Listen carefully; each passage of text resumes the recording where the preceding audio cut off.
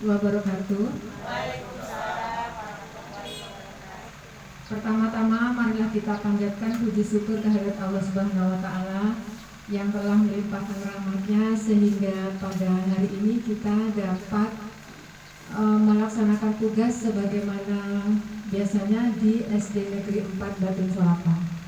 Tak lupa salawat beriringan kita hadiahkan kepada junjungan kita Nabi besar Muhammad Sallallahu Alaihi Wasallam dengan mengucapkan salawat.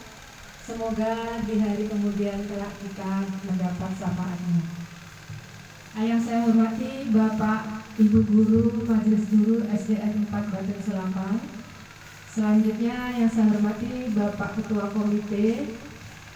Seterusnya kepada rekan-rekan sejawat yang telah membantu saya untuk membuat diseminasi budaya positif yang saya pelajari pada modul 1.4 yang merupakan salah satu tugas saya dalam pendidikan calon guru penggerak. Apa kabarnya Bapak Ibu guru yang hebat? Baik. Alhamdulillah. Semoga Bapak dan Ibu dalam keadaan sehat walafiat. Ya, pada kesempatan ini saya akan memaparkan sedikit tentang budaya positif. Jadi budaya positif ini Bapak Ibu, tolong dibantu Bu slide yang pertama budaya positif. Next. Iya. Budaya positif ini adalah salah satu tugas dari koneksi antar materi pada modul 1.4. Jadi kesimpulan mengenai peran saya dalam menciptakan budaya positif di sekolah sudah saya rangkum dalam slide PPT yang akan saya paparkan kepada ibu-ibu dan bapak guru sekalian. Ya. Jadi seorang guru yang baik harus memiliki kemampuan dalam mewujudkan budaya positif di sekolah. Saya rasa Bapak dan Ibu guru semuanya sudah paham tentang budaya positif di sekolah. Jadi menurut pemahaman Bapak, coba saya tanya dulu kepada Pak Roni, budaya positif menurut Bapak apa itu Pak? Berpikir dan berbuat yang positif. Terima kasih kepada Bapak Roni. Ya betul sekali bahwa budaya positif adalah berpikir dan berbuat positif di sekolah. Mungkin Bapak Ibu sebetulnya sudah menjalankan budaya positif ini di sekolah.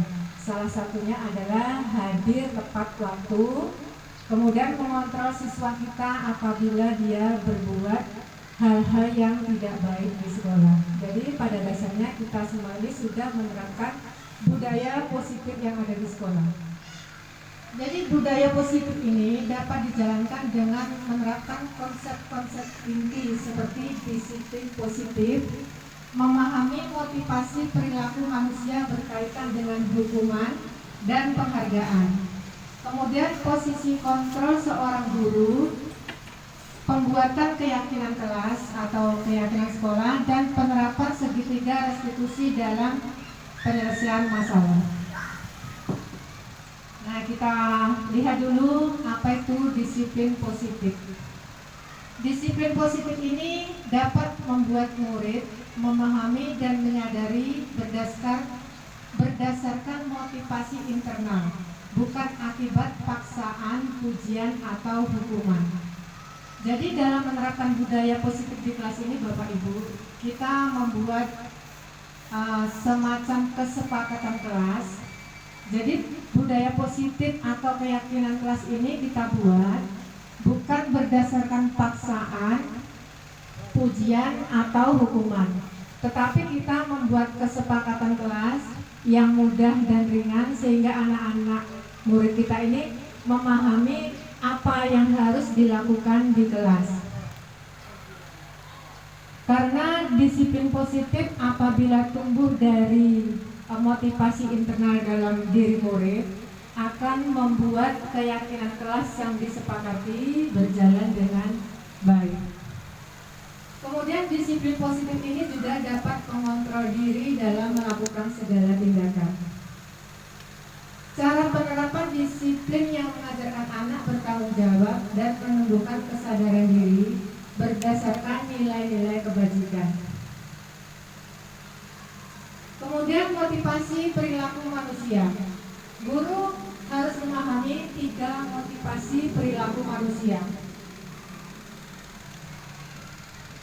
Salah satunya adalah menghindari ketidaknyamanan atau hukuman, kemudian mendapatkan imbalan penghargaan dari orang lain.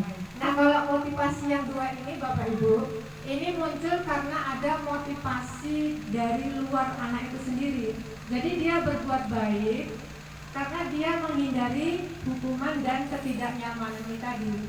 Kemudian anak itu berbuat baik karena dia mendapatkan imbalan atau penghargaan dari orang lain. Jadi motivasi perilaku manusia ini sangat berperan untuk bisa berbuat sebagaimana dia diterima oleh kelompoknya. Kemudian ada lagi anak-anak itu dia sudah menjadi orang yang mereka inginkan dan menghargai diri sendiri dengan nilai yang mereka percaya. Berarti kalau seperti ini motivasinya muncul dari dalam dirinya sendiri. Kalau anak itu sudah berbuat baik, kemudian dia sudah menaati peraturan tanpa kita beri tekanan atau paksaan, ya, kita menghindari penghargaan yang berlebihan.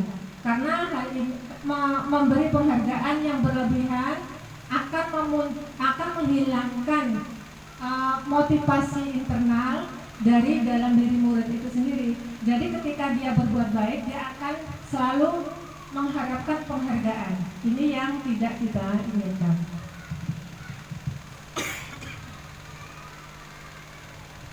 Ini tentang motivasi internal. Untuk menjadi orang yang mereka inginkan dan menghargai diri sendiri dengan nilai yang telah mereka yakini. Ini tadi sudah dijelaskan. Motivasi internal yang sudah ada pada diri murid ini, kita hindari memberi penghargaan yang berlebihan untuk meminimalisir motivasi eksternal dari diri murid.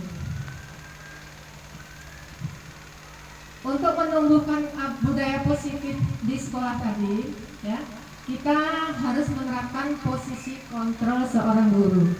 Jadi posisi kontrol kita sebagai seorang guru ini ada 5, yaitu sebagai penghukum, kemudian sebagai pembuat rasa bersalah, kemudian sebagai teman, kemudian sebagai pemantau. Ini sedikit saya jelaskan.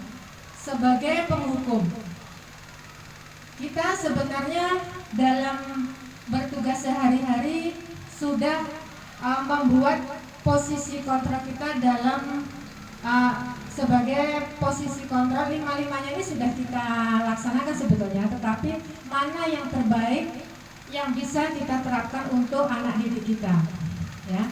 Mungkin Bapak Ibu selama ini berposisi kontrol sebagai seorang penghukum. Guru sebagai seorang penghukum ini, ya, biasanya menggunakan hukuman fisik untuk mengharapkan peserta didik kita berbuat seperti yang kita inginkan, ya. Tetapi kelemahannya sebagai penghukum ini apa? Kelemahannya kita tidak memaparkan dulu kesepakatan yang kita buat, sehingga ketika anak didik membuat kesalahan kita langsung menghukum dia tanpa ada kesepakatan terlebih dahulu, sehingga hukuman itu hanya berjalan sepihak. Kelemahannya, peserta didik yang kita beri hukuman tadi dia akan berbuat baik pada saat itu saja. Nah, untuk lain waktu dia akan berbuat kesalahan lagi. Jadi hukuman ini biasanya bersifat spontan. Kemudian anak itu juga merasa diselesaikan masalahnya secara spontan, tidak ada kesadaran dari dirinya sendiri, sehingga untuk kedepannya dia akan berbuat kesalahan lagi. Kemudian seorang guru juga ada membuat rasa bersalah, ya. Bagaimana perbuatan kita yang kadang membuat siswa itu merasa bersalah? Seperti misalnya kita mengancam mendekati anak, kamu dari tadi tidak membuat soal atau tidak bisa menyelesaikan soal. kita mendekati anak itu sehingga suasana menjadi hening, anak itu merasa bersalah. Ya. Jadi kita memberi ancaman kepada anak tersebut untuk bisa mengerjakan tugasnya. Efeknya, anak-anak itu akan merasa menjadi anak yang tidak berguna. Dia sudah mengecewakan gurunya dan juga sudah mengecewakan orang lain. Jadi pembuat rasa bersalah ini kedepannya kita hilangkan sedikit demi sedikit. Kemudian posisi kontra kita sebagai seorang teman, ya. Jadi seorang guru dalam memposisikan dirinya bisa sebagai teman, ya. Sebagai teman ini ada sisi positifnya, ada juga sisi negatifnya. Sisi positifnya, kita bisa menggali apa kemauan siswa itu sehingga dia menganggap kita sebagai teman, dan kita lebih mudah untuk mencari sumber permasalahan kenapa kita melihat anak itu misalnya tidak mengerjakan tugasnya. Itu dari segi positifnya. Tetapi segi negatifnya, dia akan bertindak menganggap guru yang lain juga sebagai temannya. Sehingga ketika dia tidak mendapatkan pujian atau tidak mendapatkan seorang guru yang sesuai dengan keinginannya, dia akan merasa malas bergaul dengan guru tersebut. Itu kelemahannya apabila kita memposisikan diri kita sebagai seorang teman. Kemudian posisi kontra kita sebagai pemantau, ya. Posisi kontra kita sebagai seorang pemantau ini biasanya berkaitan dengan disiplin sekolah. Misalnya kita sudah menerapkan disiplin sekolah, kemudian ada seorang anak yang terlambat atau tidak memakai seragam, kita akan mencatatnya. Kemudian kita akan menyampaikan permasalahan tersebut kepada anak tersebut atau kepada orang tuanya, tetapi tidak menemukan solusi dari permasalahan yang dihadapi oleh siswa tersebut.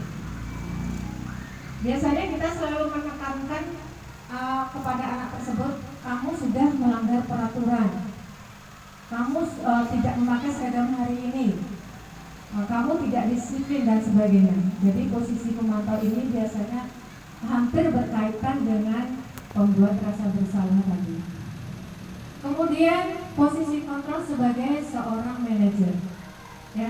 Jadi posisi kontrol sebagai seorang manajer ini kita berbuat bersama-sama dengan murid. Apabila kita mendapati seorang murid itu berbuat kesalahan, kita akan menemui murid tersebut dan kita menyelesaikan permasalahannya secara bersama-sama.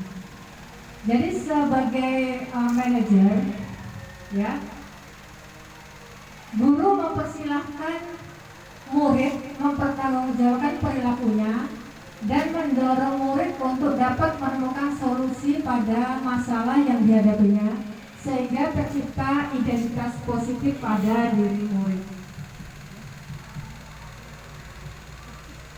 Sebenarnya pada masalah ini posisi kontrol kita sebagai seorang guru yang memposisikan dirinya sebagai manajer, ya, kita dalam menyelesaikan permasalahan dengan anak murid ini kita menerapkan segitiga restitusi. Apa itu segitiga restitusi? Jadi apabila ada anak yang membuat kesalahan, kita kembalikan ke identitasnya dulu. Misalnya ada seorang anak ini dia memanjat pagar, lalu kita dekati dia, kita panggil dia, kita tanyakan kenapa dia tadi memanjat pagar, ya. Kita kembalikan ke identitasnya bahwa ketika seusia dengan dia, kita dulu juga berbuat seperti dia, kita juga pernah memanjat pagar. Jadi kita masuk dulu ke dunia anak tersebut, ya. Jadi anak itu merasa tidak bersalah sepenuhnya. Sebagai kodratnya, anak-anak ini kan kita banyak berbuat kesalahan, jadi kita harus memahami permasalahan dia dan menyatakan bahwa kita sebetulnya juga pernah berbuat seperti yang dilakukan oleh anak tersebut.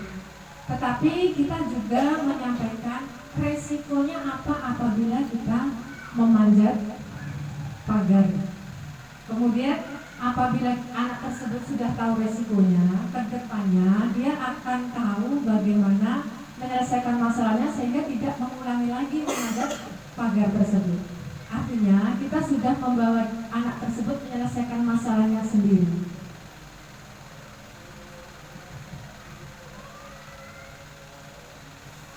Nah, dari pemaparan tadi ya, kita masuk kepada materi keyakinan kelas. Jadi guru berperan dalam terbentuknya keyakinan kelas melalui kesepakatan antara guru dan murid. Keyakinan kelas ini merupakan pernyataan umum yang mudah dipahami dan diingat oleh murid dan harus diterapkan. Jadi dari yang sudah saya jelaskan tadi, mungkin Bapak Ibu ada yang ingin bertanya? Pak Saroni. Terima kasih waktu yang diberikan kepada kami. Yang ingin saya tanyakan Bu, nama saya Saroni, mengajar di kelas 3B. Ada permasalahan sedikit Bu, yaitu tentang murid di kelas saya selalu mencontek temannya. Nah, ini membuat suasana agak ribut lah Bu ya. Kemudian malah yang dicontek, katakanlah yang pintar, malah mendapat nilai yang kurang baik. Yang mencontek malah nilainya bagus. Itu yang pertama. Yang kedua, sebagian besar murid saya itu suka merobek-robek kertas, entah apalah Bu ya, entah buat pesawat-pesawatan gitu. Agak-agak kreatif nampaknya Bu. Kira-kira bagaimana Bu penyelesaiannya? Terima kasih kepada Bapak Roni yang sudah memberi pertanyaan. Barangkali ada ibu-ibu yang bisa menjelaskan, misalnya Ibu Ucin ada yang bisa menjelaskan bagaimana menyelesaikan masalah yang dihadapi oleh siswanya Pak Saroni ini menurut pendapat Bu Ucin.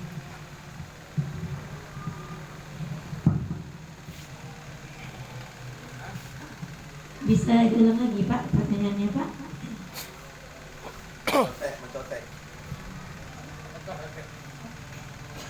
Ini loh Bu,